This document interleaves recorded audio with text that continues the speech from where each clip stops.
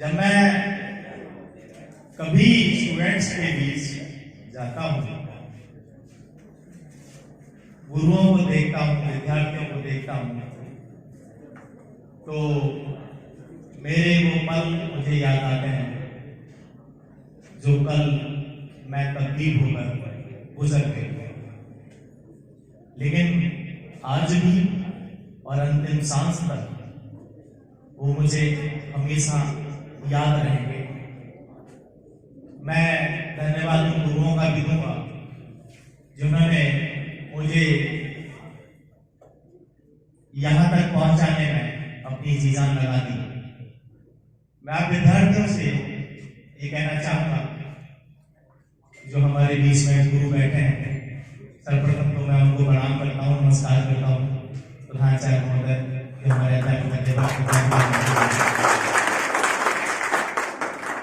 कि आपको अगर जिंदगी में सक्सेस पानी है तो गुरुओं के चरणों का आशीर्वाद हमेशा लेते रहिए। गुरुओं को कभी भूलना नहीं है। गुरु हमारी जिंदगी में सर्वप्रथम तो हमारी माँ होती है, लेकिन द्वितीय बड़ा होकर आता है तो यही है जो हमारे सामने बैठे हैं। ये अपना रात दिन एक करके न सोते हैं, दिन भर रात भर बस सोचते रहते हैं कि हमारे विद्यार्थी को कहां से कहां पहुंचाना है। वो आपके लिए कितना सोचते हैं, ये आपको सोचना चाहिए।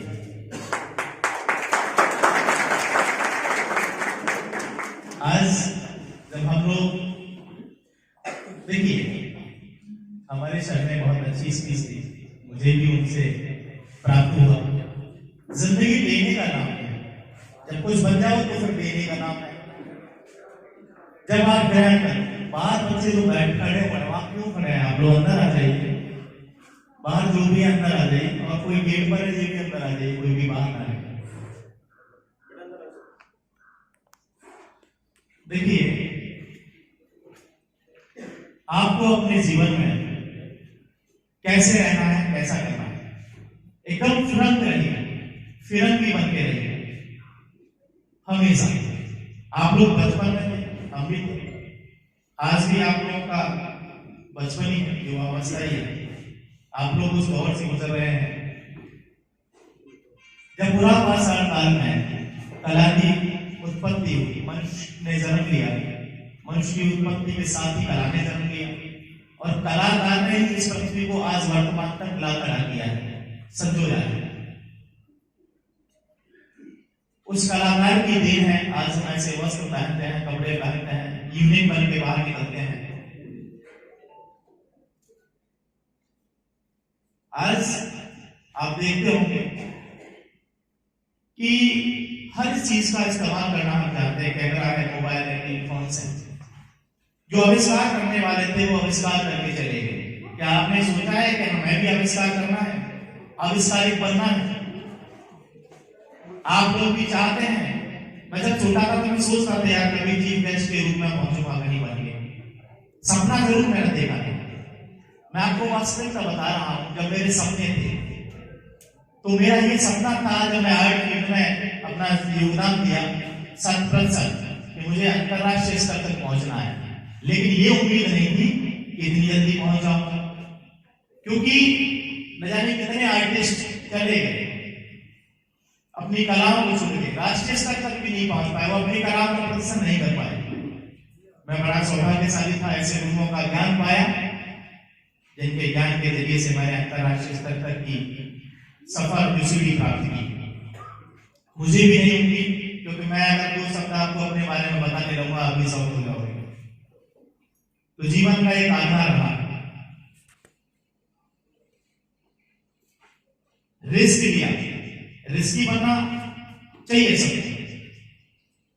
आपको मैं बता दूं, मैं गवर्नमेंट टीचर था, और गवर्नमेंट टीचर उस समय पे था जब मुझे बहुत बड़ी नीड थी। मेरे पिता को नीड थी।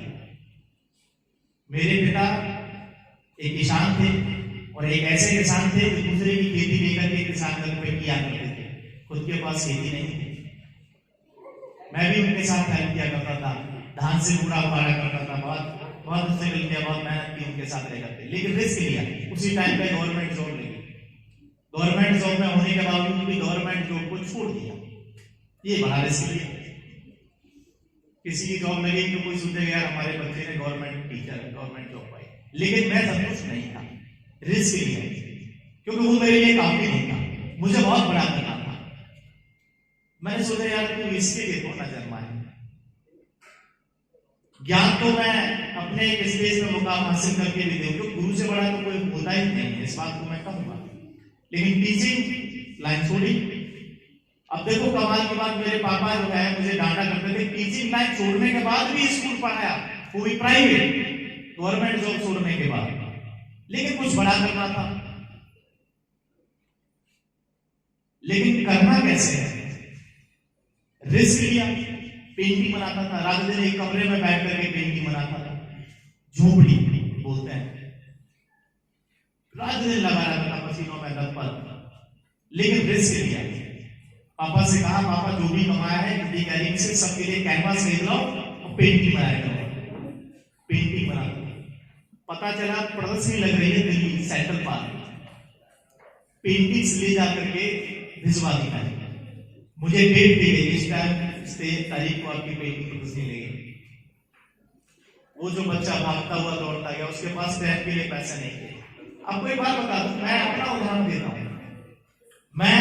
आपने देखा होगा बहुत सारे लोगों के मंच पर खड़े होकर उदाहरण सुनने को देते हैं, उदाहरण दिए जाते हैं।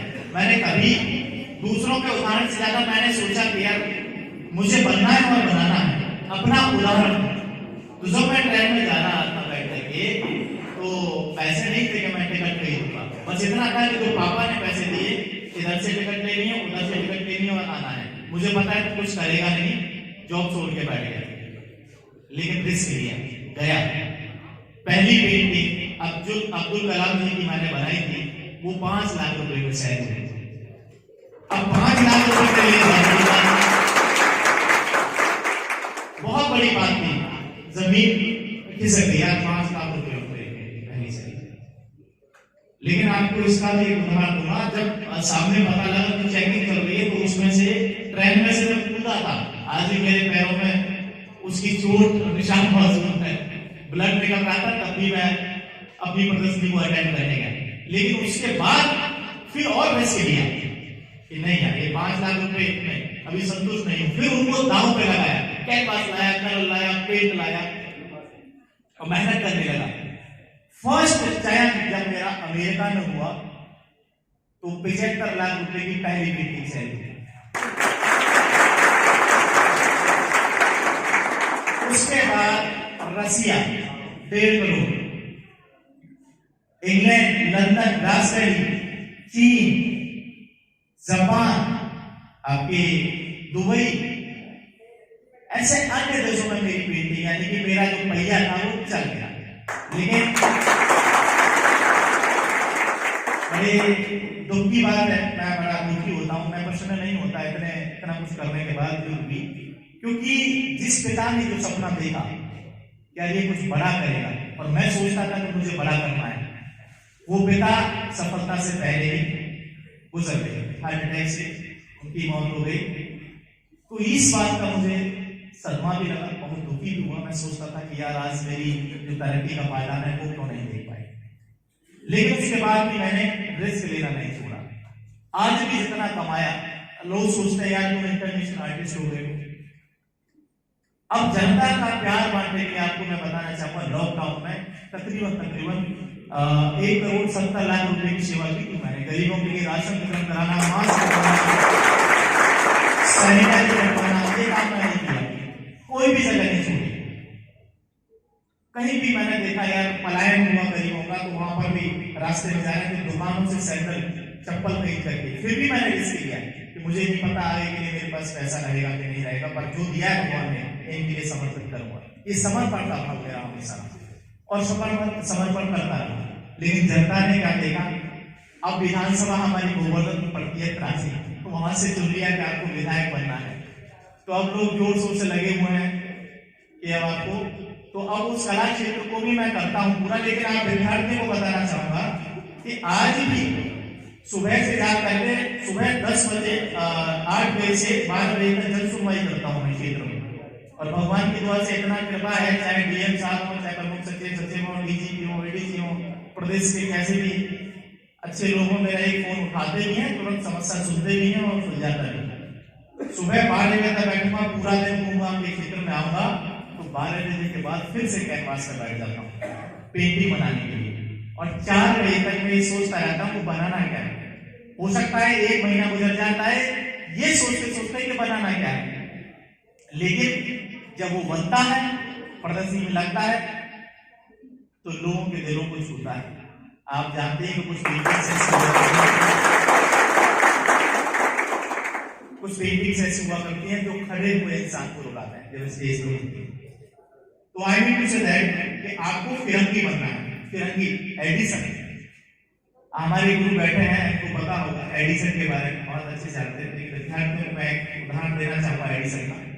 एडिसन फिरंगी मतलब बहुत बदतमीज टाइप का बनता था बच्चा, बहुत मतलब उद्दंडी टाइप का, वो शरारत करता रहता था, बहुत ज्यादा शरारती था।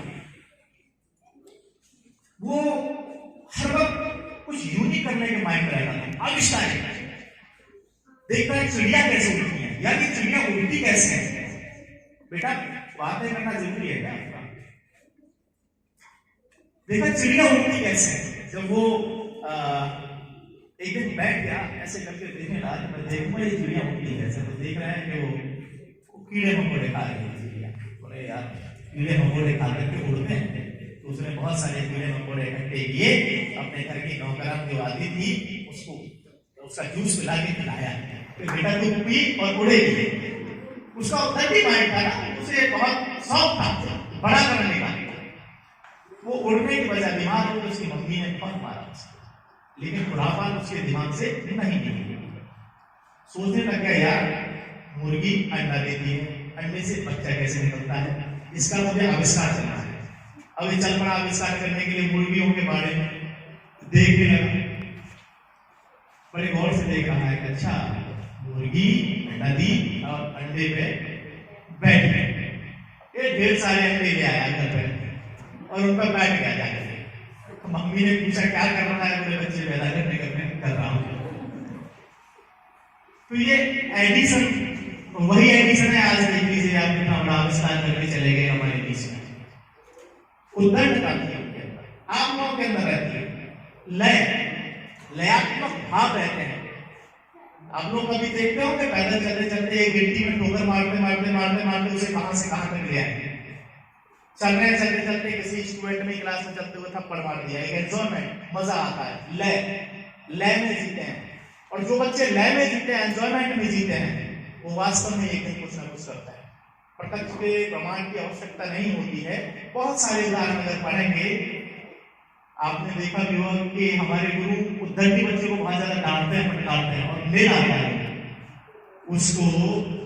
वो जब उसका रिपोर्ट कार्ड आता है तो 3rd डिवीजन का आता है, हमेशा 9th में 3rd, 10th में 3rd, 12th में 3rd, लेकिन एक दिन 1st का फायदा वो जरूर हासिल करता है।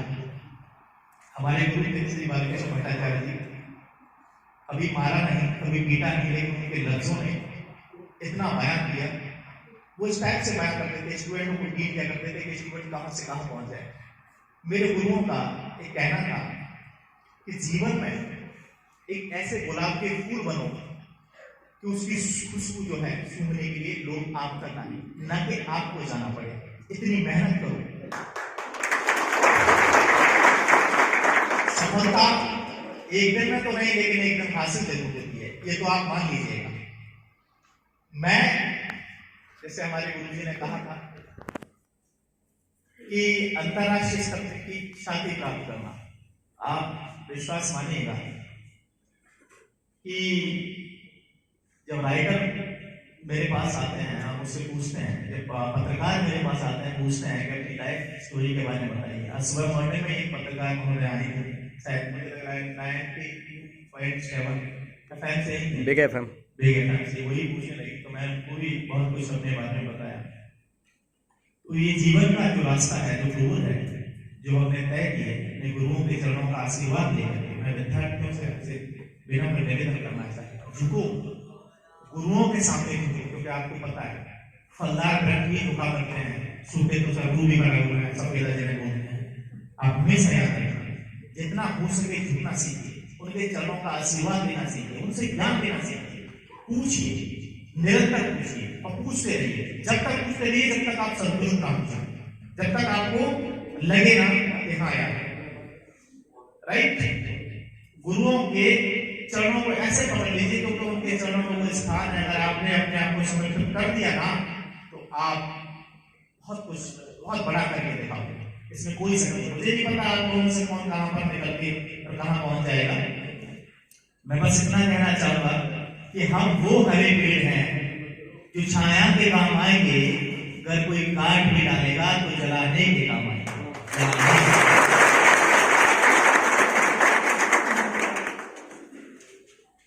गुरुजी काटने की तो बहुत इच्छा रही मुझे भी लोगों ने, लेकिन मैं कभी हारा नहीं, कभी हार नहीं मानी। इस सफर को तय करने के लिए मैंने बड़ी ही समस्याओं से गुजरना पड़ा।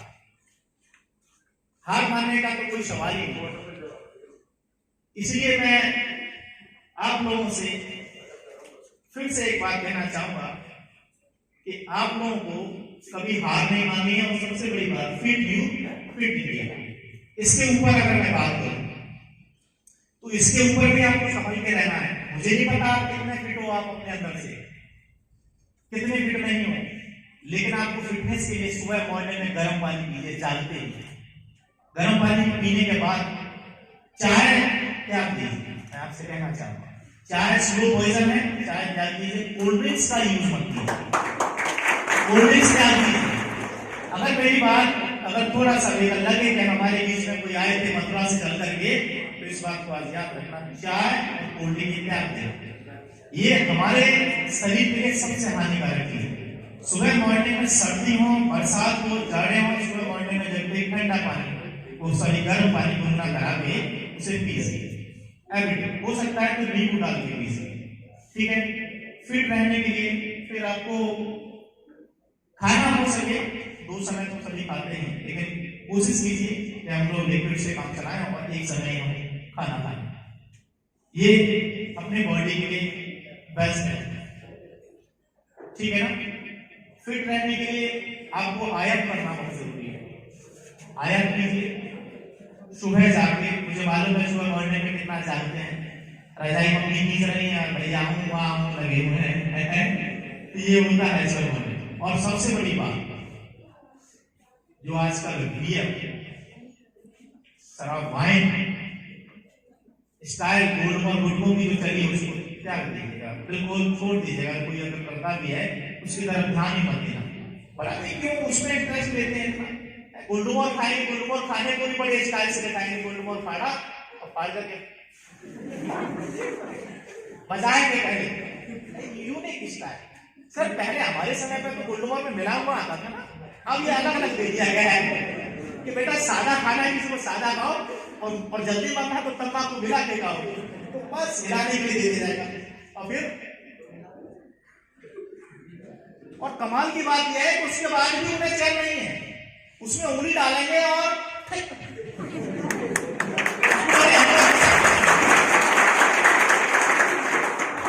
बड़े एंजॉय के साथ करेंगे। उनका पता नहीं क्या नजरिया बदल गया है। ये देखो ऐसे स्टाइल में, मतलब बिल्कुल जैसे समझो कि उसके अंदर से एनर्जी निकल गई, अब सामने से एक लड़की गुजर जाएगी, एनर्जी आ जाए एकदम से, ऐसे समझो कि बस वो मर गया पूरा फुल, और उसका फील जो है स्टाइल अपने आप चेंज हो जाएगा। भले हाथ पर पंजी मांग रहे लेकिन स्टाइल चेंज हो जाएगा उसका। ये गोल्डमोर उनके में रखा क्या है। और बियर पीते समय तो समझो इनके अंदर पता नहीं क्या क्वालिटी आ जाती है। भले ही आप नशे में नहीं है फिर भी